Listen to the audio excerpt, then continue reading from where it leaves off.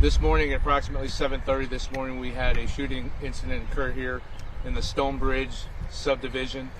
We pretty much from the initial response, we were able to ascertain that he got into a vehicle. We later posted it was a 2020 Nissan Pathfinder that was a rental vehicle, and that he was not in the area on foot immediately after the incident.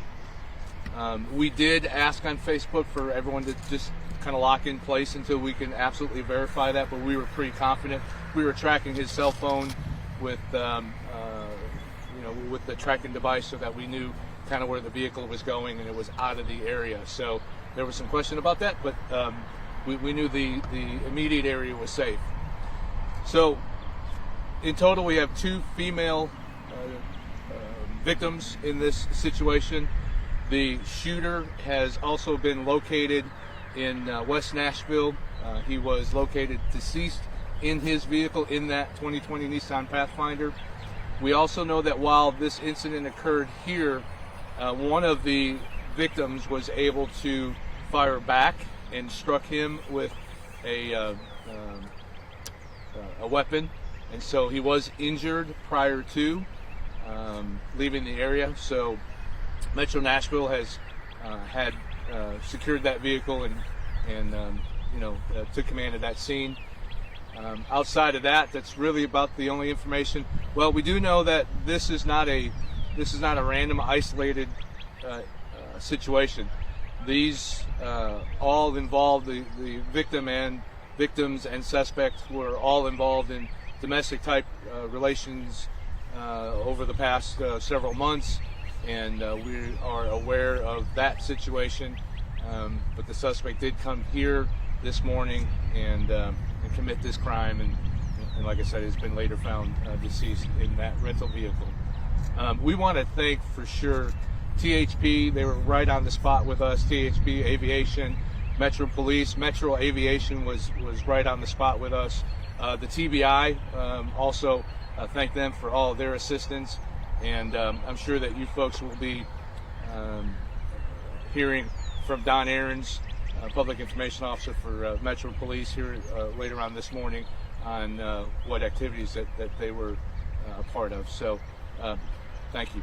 Sergeant Hardy, when you Yes. say that over the last few months, the relationship, are you saying that you were warned about him being potentially dangerous? Was there any warnings or signs of something happening, or? No, not directly to our department, but as part of the investigative process, we've come across information that shows that they have been going through court battles and that sort of thing, and there may have been an order of protection at some point in the recent past. So it's obviously a domestic situation that escalated, and it wasn't a random type incident. Are you able to say the relationship between all three, who's who in this matter, or not yet? Not at this point, no.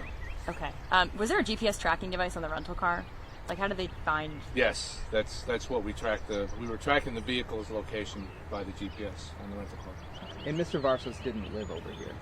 Did not. His address on his driver's license was a Nashville address. The Facebook post that was posted by him, how will that be evaluated? Will that be evaluated by your department, Metro Police? How will that work? Well, this is considered our crime scene, so that'll all be part of the investigative process. Now, outside of viewing it to see what the contents were, other than that, we're not going to use a whole lot off of that.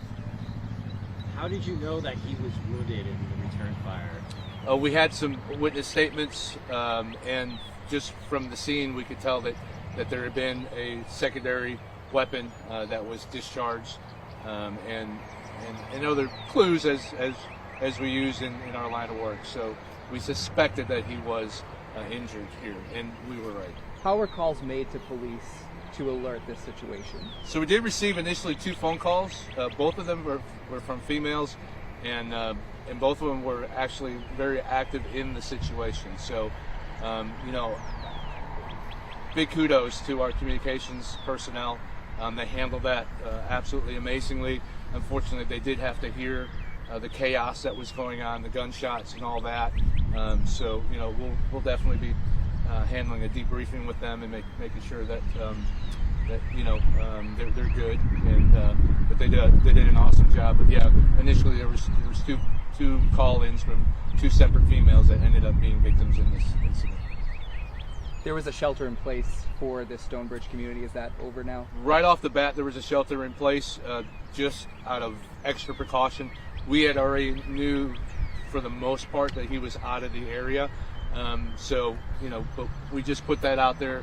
But that didn't last very long once we knew that everything was moving out of our county. In our local school, high school has put on a soft lockdown just as a precautionary as well. Anybody else have anything? Anyone else? This man wasn't on your radar though, right? For anything else or any traffic stuff, like he wasn't visiting you guys, right? No, we had not had any direct or immediate contact with him. We're finding out about the relationship and the history now that this incident had occurred. But prior to that, he was not, as you mentioned, on our radar. Will the victims be identified after families notified? Yes, absolutely. Absolutely. Thank you Thank very you, much. sir. Awesome. Thank you so much, guys.